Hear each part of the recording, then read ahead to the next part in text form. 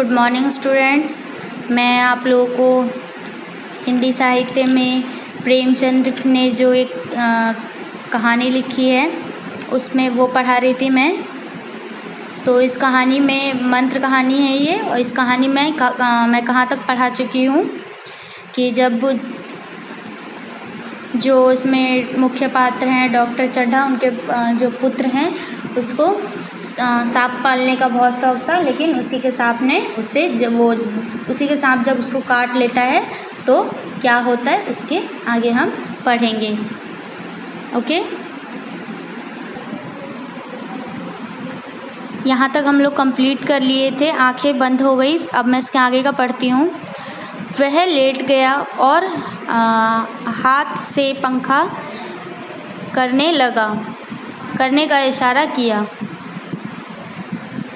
माँ ने दौड़कर सिर अपनी गोद में रख लिया और बिजली फैन लगा दिया। ठीक है, नेक्स्ट पैराग्राफ।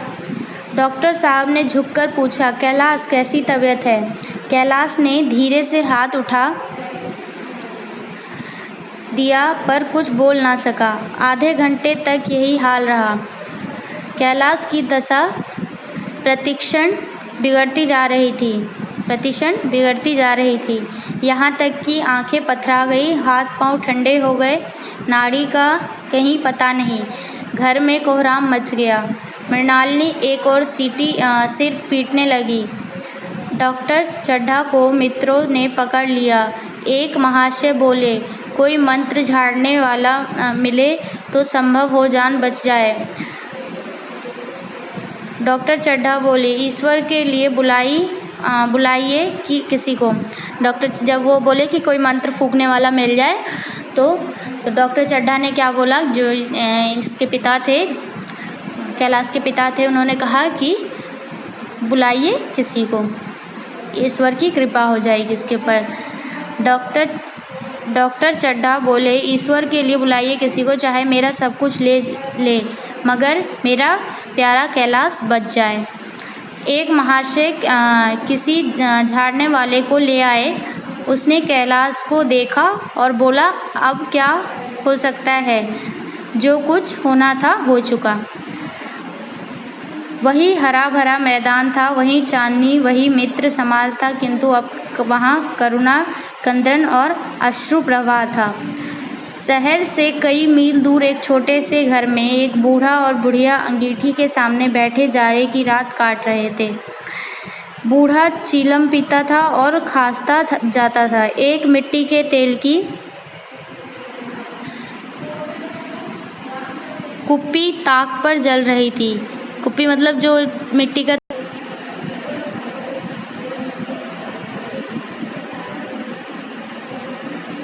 घर में ना चारपाई थी ना बिछौना। एक कोने में थोड़ी सी पुआल पड़ी थी। पुआल मतलब जो धान वगैरह कटते हैं तो जो गाय भैंसों को खिलाते हैं, और गांव वगैरह में देखा होगा आप लोगों ने, वो बड़े बड़े पीले रंग के घास टाइप के रहते हैं, वो लगे रहते हैं, ऊंचे ऊंचे बने रहते हैं पहाड़ टाइप के। उसके वही पुआल बिछी हुई थी। गाय भैंसों को खिलाने के लिए लोग लाते हैं, चारा बनता है उससे, तो वो घर में बिछी हुई थी। उनके घर में कोई भी बिस्तर नहीं था।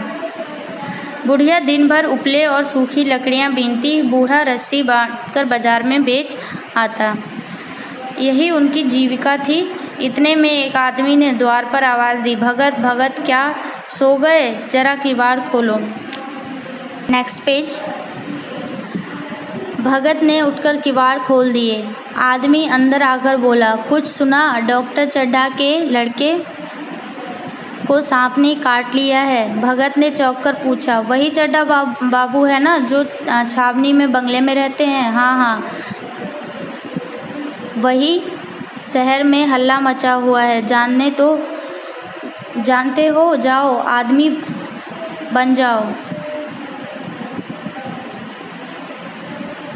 मतलब इस यहाँ पे ये बोलने का, जाते हो तो जाओ आदमी बन जाओगे, ये बोलने का यहाँ पे यह तात्पर्य है कि अगर तुम वहाँ जाओगे तो डॉक्टर चड्ढा ने क्या बोला कि जो भी मेरे बच्चे का इलाज करेगा मैं उसे अपना सब कुछ दे दूँगा।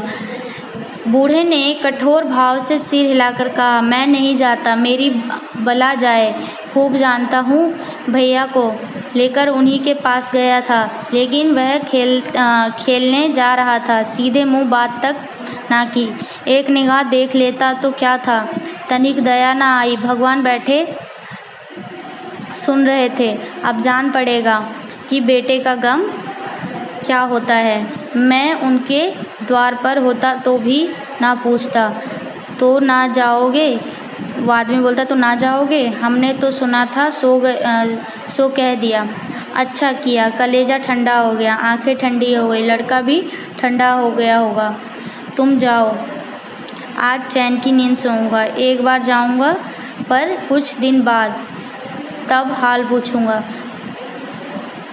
बुढ़िया ने कहा, इतनी रात गए जाड़े पाले में कौन जाएगा? अरे दोपहर होती तो भी ना जाता। भूल नहीं गया हूँ। पन्ना की सूरत आज भी आंखों में फिर रही है। पन्ना जो था उसके लड़के का नाम था।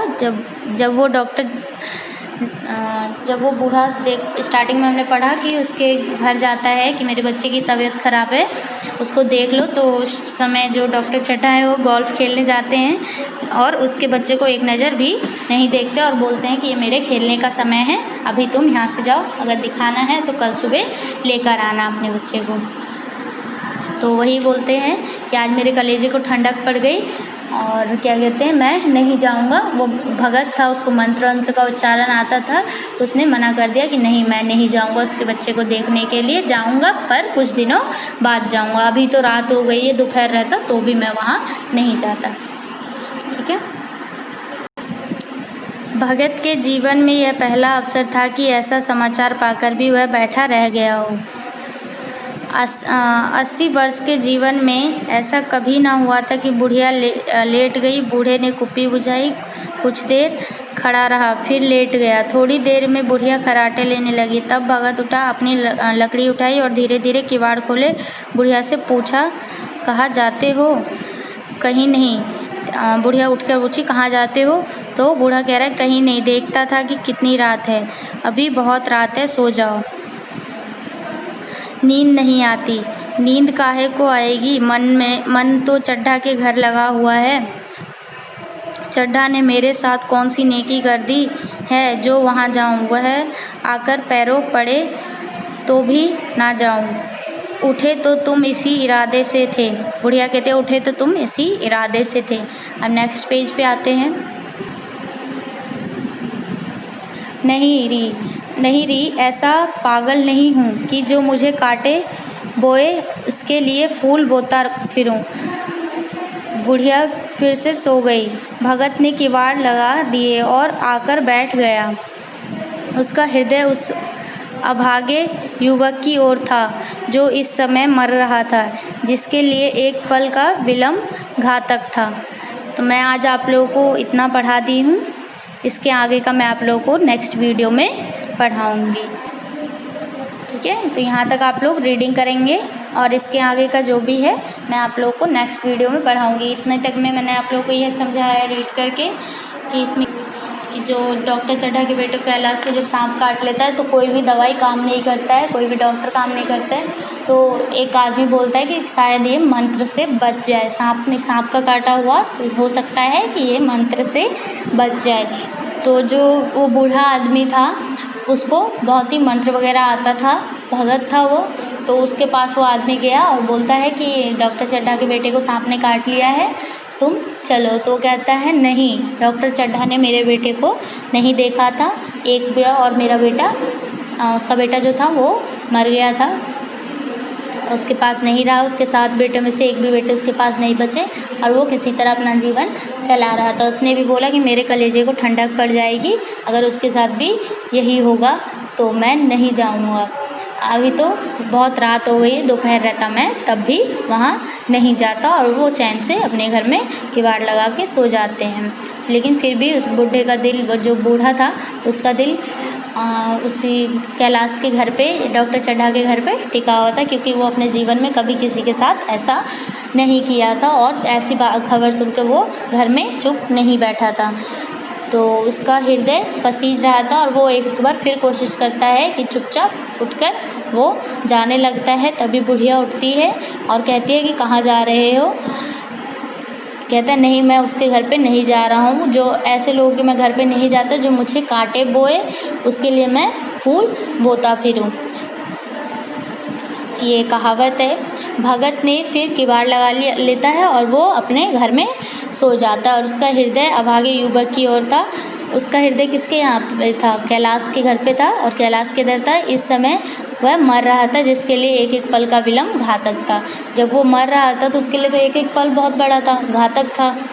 ठीक है, तो अभी मैंने आप लोगों को इतना ही पढ़ा है। इसके आगे का जो भी है पार्ट स्टोरी अगले पार्ट में मैं आप लोगों को समझाऊंगी। तब तक आप लोग इसको रीडिंग करेंगे अच्छे से और जो भी ना समझ आए वो मुझसे पूछेंगे।